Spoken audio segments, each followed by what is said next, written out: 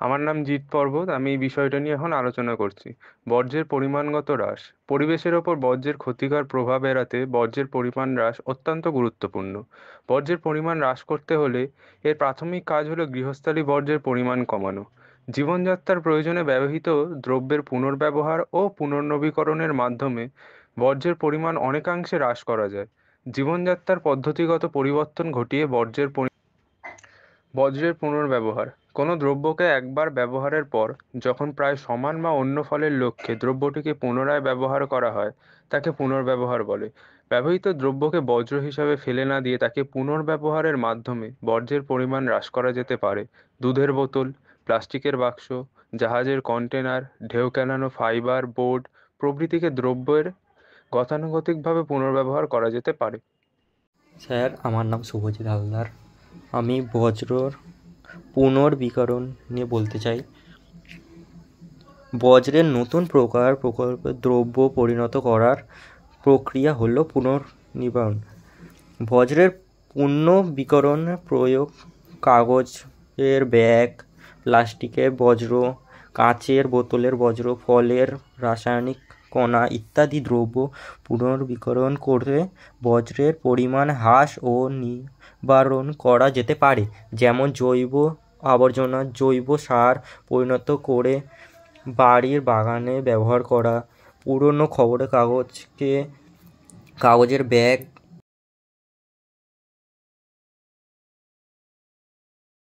আমার নাম সূর্য দাস। আমি আপনাকে বজ্র পুনর্বীকরণ সম্পর্কে বলতে চাই। বজ্র পুনর্বীকরণকে নতুন প্রকার প্রয়োজনীয় দ্রব্য পরিণত করার প্রক্রিয়া হলো বর্জ্যবীকরণ। বর্জ্যবীকরণের প্রক্রিয়ায় কাগজের বজ্র, প্লাস্টিকের বজ্র, কাঁচের বোতলের বজ্র, ফলের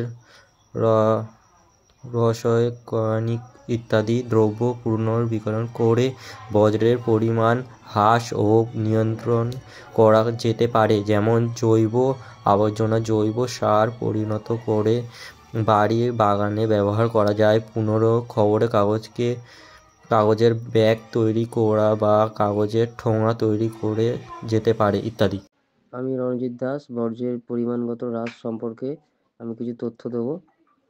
পরিবেশের ওপর বর্জ্যের ক্ষতিকর প্রভাব এড়াতে বর্জ্যের পরিমাণ হ্রাস অত্যন্ত গুরুত্বপূর্ণ। বর্জ্যের পরিমাণ হ্রাস করতে হলে এর প্রাথমিক কাজ হলো গৃহস্থলী বর্জ্যের পরিমাণ কমানো।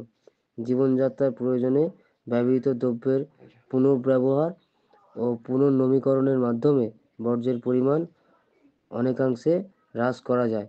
জীবনযাত্রার পদ্ধতিগত পরিবর্তন ঘটিয়ে বর্জ্যের পরিমাণ হ্রাস করা যায়। আমার নাম কৌস্তব হালদার। আমি বর্জ্য ব্যবস্থাপনাকে নিয়ে কিছু বলতে চাই। বাড়ির যে সবজির খোলা বা কাঁচা সবজির যে বর্জ্যগুলো সেগুলো আমরা গাছের গোড়ায় দিয়ে গাছে জৈব সার হিসেবে ব্যবহার করতে পারি। জৈব বর্জ্য বা প্লাস্টিক বর্জ্য আমরা আলাদা আলাদা স্থানে ফেলতে পারি, যাতে সুবিধা করে যেটা আমরা বর্জ্যটা জৈব সারভাবে ব্যবহার করতে পারি। যাতে গাছের গোড়ায় দিলে গাছে বেশি ফলন হবে। অংশ বা পরিত্যক্ত দ্রব্য বা জিনিস, এই পরিত্যক্ত জিনিসকেই বলছে বর্জ্য, যা আমরা ব্যবহার করি না। যেমন আমরা যাতায়াতের সময় রাস্তার দুধারে পড়ে থাকতে নোংরা দেখতে পাই। এই যে ছড়িয়ে ছিটিয়ে থাকা বিভিন্ন ধরনের নোংরা বা আবর্জনা বা উচ্ছিষ্ট অংশ, এগুলি বর্জ্য পদার্থ বলে পরিচিত। এই বর্জ্য পদার্থকে আবার কয়েকটি ভাগে ভাগ করা যেতে পারে। যেমন কঠিন বর্জ্য।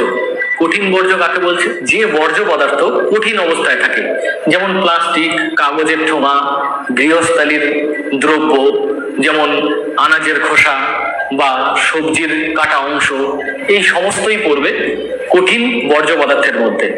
তরল বর্জ্য পদার্থ কি বলছে? যে ঘর বাড়ি পরিষ্কারের সময় যে নোংরা জল বা জামা কাপড় কাচা ডিটারজেন্টের যে জল, আর এছাড়া কি আছে, যেমন কীটনাশক। যেমন চাষের জমিতে কি হয়, জলের সঙ্গে কীটনাশক মিশিয়ে সেই জল চাষের জমিতে স্প্রে করা হয়। এই কীটনাশক আবার মাটির সঙ্গে মিশে মাটিকেও দূষিত করে, জলের সঙ্গে মিশে জলকে দূষিত করে, বা ওই কীটনাশক মিশ্রিত জল আবার বৃষ্টির জলের সঙ্গে এক জায়গা থেকে অন্য জায়গায় গিয়ে কোনো জলাশয়ে মিশে পুকুর বা নদী নালার জলকেও দূষিত করে। এছাড়া কি আছে, গ্যাসীয় বর্জ্য পদার্থ। গ্যাসীয় বর্জ্য পদার্থগুলির মধ্যে কি পড়বে? যেমন মিথেন, হাইড্রোজেন।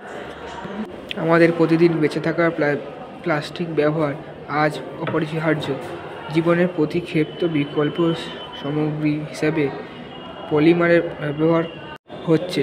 ক্যারি ব্যাগ থেকে ওষুধের বোতল, খাদ্য পরিবেশের পাত্র, ব্যাগ হোক বা কিংবা কাচের বোতল সবই অপরিহার্য।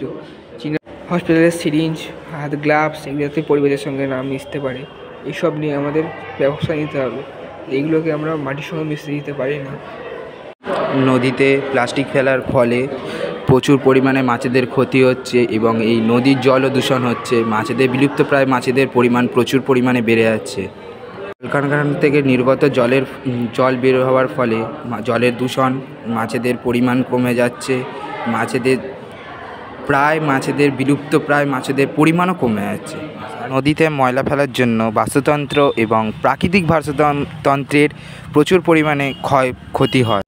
ড্রেনে প্লাস্টিক ফেলার ফলে ড্রেনের জল আটকে যায় এবং এর ফলে মশা উৎপন্ন হয়।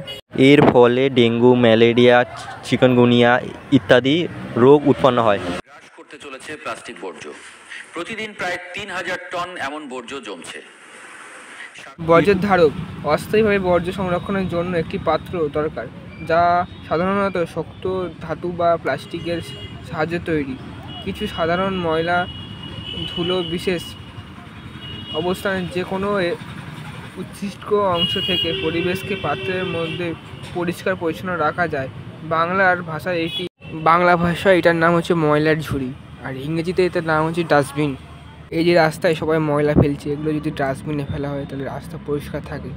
তার জন্য আমাদের আবার ঝাড়ুদার রাখা হয়েছে, তারা যদি পরিষ্কার করতে পারে তাহলে আরও ভালো হয়। রাস্তায় আবর্জনা ফেলেছে, এটার জন্য আইন বের করতে হবে, ফাইন করা হোক যাতে। আমাদের ঝাড়ুদার পাখি হচ্ছে কাক। সেই কাকও এখন এত ময়লা বেড়ে গেছে, তার জন্য কাকও পরিবেশ দূষণের ফলে কাকও কমে যাচ্ছে, তাতে আমাদের রাস্তায় আরও বেশি ময়লা থাকছে। কাক আমাদের পরিবেশের ঝাড়ুদার পাখি এই নামে পরিচিত। আমাদের পরিবেশ দূষণ নিয়ে এইটুকুনি বলার দরকার আছে। এ অবধি আমরা প্রজেক্ট শেষ করলাম আজকে।